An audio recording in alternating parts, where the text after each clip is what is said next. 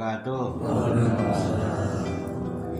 Alhamdulillah rabbil alamin wa bihi nasta'inu ala umuri dunya waddin wa sallallahu ala sayyidina Muhammadin wa ala alihi wa sahbihi wa barik wasallam ajma'in. Hasbunallahu wa ni'mal wakil, ni'mal maula wa ni'mal nasir. Wa la haula wa la quwwata illa billahil aliyyil azim. Bapak-bapak, anak yang kami hormati, semua yang ada di tempat mulia ini, khususnya Ustaz Abdul Jalil yang alhamdulillah rabbil alamin baru saja memberikan tausiah buat kita semuanya, bermanfaat sekali.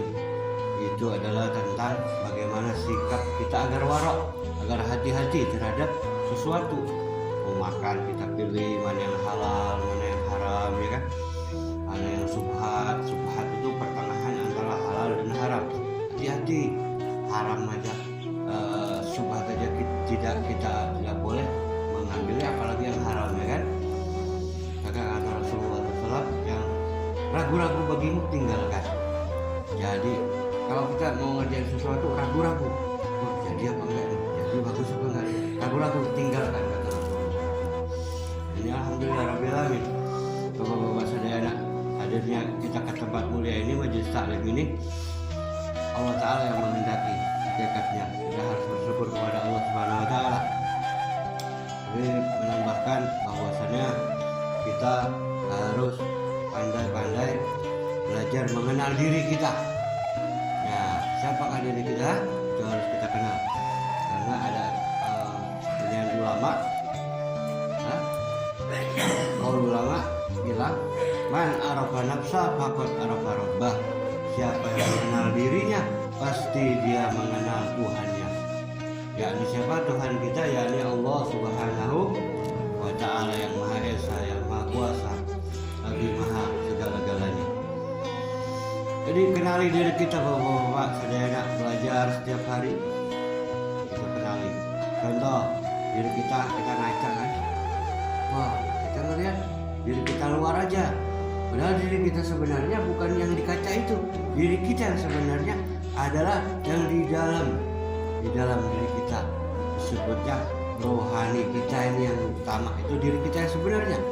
Yang di luar ini jasad alias casing. Nah, Allah Subhanahu Wa Ta'ala, Tuhan yang Maha Esa, tidak melihat casing kita. Aku, kata Allah Ta'ala, tidak melihat rupa dan pakaianmu, tapi aku melihat hatimu. Maka kita harus jaga, perbaiki hati kita dari sifat-sifat yang buruk, ya, yang nggak bagus. Dijaga, itu penting. Kenapa? Karena amalan zahir itu kalah sama dengan amalan batin. Amalan batin itu contoh zikir nih, dia nggak bersuara tapi di dalam dirinya dia zikir, subhanallah, terus bersalawat tuh nggak harus nyaring boleh, cuman di dalam hati lebih bagus, ya. Allahumma sholli ala sayyidina Muhammad wa ala ali sayyidina Muhammad, gitu. Tapi kalau lagi thalabul ilmi gini, jangan ada yang pegang tasbih zikir-zikir, itu nggak bagus. Itu nanti bisa masukin jin. Jadi pas taklim gini, jangan pakai zikir-zikir, pakai tasbih atau apa, jangan. Dia bisa dimasukin jin, diganggu oleh jin. Ini asli perkataan ulama. Jadi pas thalabul ilmi, kita taklim, benar-benar taklim, santai kita, tapi taklim, mendengarkan tausiah tersebut, jangan pegang-pegang tasbih dan lain-lain sebagainya. Karena taklim ini paling dicintai, disukai oleh Rasulullah SAW. Ya, paling dicintai. Kenapa? Kata Nabi, karena dengan engkau belajar, engkau akan mudah mencapai surganya Allah Subhanahu wa Ta'ala. Jadi kita bisa tahu jalan dengan taklim, dengan belajar ini. Tapi kalau kita hanya ibadah tapi nggak tahu ilmunya, kan naudzubillah min dzalik. Jadi yang penting itu ilmunya ini. Nah, inilah pentingnya ilmu. Ilmu itu adalah nur, cahaya dalam hati kita. Jadi kita beda. Orang yang berilmu sama yang tidak beda. Dan yang gelap dan yang terang beda.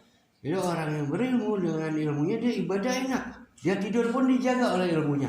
Tapi orang yang tidak berilmu, dia tidur, dia bingung. Motorku gimana ya? kumaha ya motorku ya, ada yang pencuri nggak? Nah dia bingung karena dia tidak berilmu. Tapi kalau dia berilmu, dia tidur pun dijaga oleh Allah Subhanahu wa Ta'ala. Dia nggak khawatir lagi harta bendanya karena dia berilmu. Cara menjaga hartanya itu dia sudah tahu. Karena dengan izin Allah, dengan perlindungan Allah Subhanahu wa Ta'ala. Jadi gitu Bapak-bapak saudara. Lagi kalau kita ingin mudah rezeki ya, pas kita mau makan mau minum ya, itu jangan langsung ambil serobot dulu minum makan, jangan. Tapi ingat dulu, ingat siapa? Allah Subhanahu wa Ta'ala yang memberimu makan minum. Maka engkau mengambil dengan Bismillahirrahmanirrahim ya, lalu baca Bismillah tadi baru minum. Alhamdulillahirrahmanirrahim. Minum 3 kali. Alhamdulillah 3 kali. Nah, maka kita akan dijaga oleh Allah Ta'ala dari berbuat maksiat kalau kita selalu ingat Allah Subhanahu wa Ta'ala.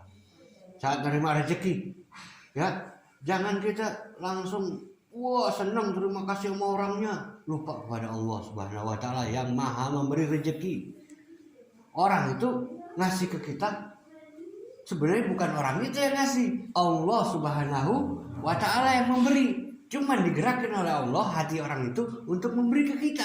Maka ucapkan dulu Alhamdulillahirabbil alamin, baru terima kasih sama manusia tadi yang memberi kita. Terima kasih. Gitu. Jadi ingatlah selalu kepada Allah Subhanahu wa Ta'ala atas apapun yang terjadi pada diri kita di dalam hidup kita ini. Dan jangan lupa perbanyak sholawat ala Nabi Muhammad Sallallahu Alaihi Wasallam.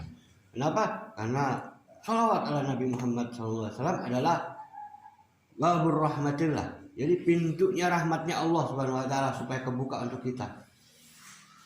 Jadi kalau kita mau doa, mau minta apa sama Allah Taala, jangan lupa baca sholawat dulu yang utama. Baru Allah buka pintu rahmatnya untuk kita. Kalau kita nggak mau sholawat sombong, wah langsung berdoa, ya kata Allah iya aku kabulin doamu, tapi nanti nggak tahu kapan tahun jebot pas kita mau mati baru dikabulin, ya kan? Ibaratnya gitu. Tapi kalau kita menyebut nama kekasih Allah Subhanahu Wa Taala, maka insya Allah ya, apalagi kita banyakin sholawat ala Nabi Muhammad SAW, kita gampang rezeki dan mudah pula kita mempunyai akhlak mulia untuk bersedekah, berinfak ya, untuk berbuat baik terus akhlak kita. Kalau kita masih bakhil, pelit, jangan harap menjadi kekasih Allah Ta'ala. Nggak ada wali-wali Allah Ta'ala pelit, nggak ada. Bakhil, wali-wali Allah Ta'ala orang-orang yang soleh, yang baik hati, nggak pernah mencaci maki, pokoknya marah untuk yang hak, yang benar. Diam pun, bersikap pun lemah lembut, baik ya. Jadi itu utamakan. Dan jangan lupa yang terakhir nih, berbaktilah kita kepada kedua orang tua kita, baik masih hidup maupun telah meninggal dunia. Jadikan ibumu, bapakmu seperti raja ya. Minta maaf sama orang tua, patuhi, berbakti sama orang tua ya, penting itu. Supaya apa? Mendapat ridhonya Allah Subhanahu wa Ta'ala. Itu saja dari Habib, mudah-mudahan semuanya Allah Ta'ala ampunin dosa-dosa kita, Allah rahmati kita, Allah ridhoi kita, mudah-mudahan selalu mengikuti baginda besar Kanjeng Nabi Muhammad Sallallahu Alaihi Wasallam. Bismillahirrahmanirrahim.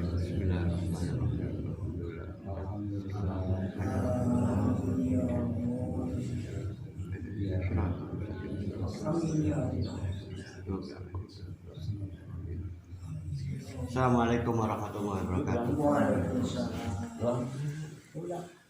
Bismillahirrahmanirrahim. Alhamdulillah rabbil alamin.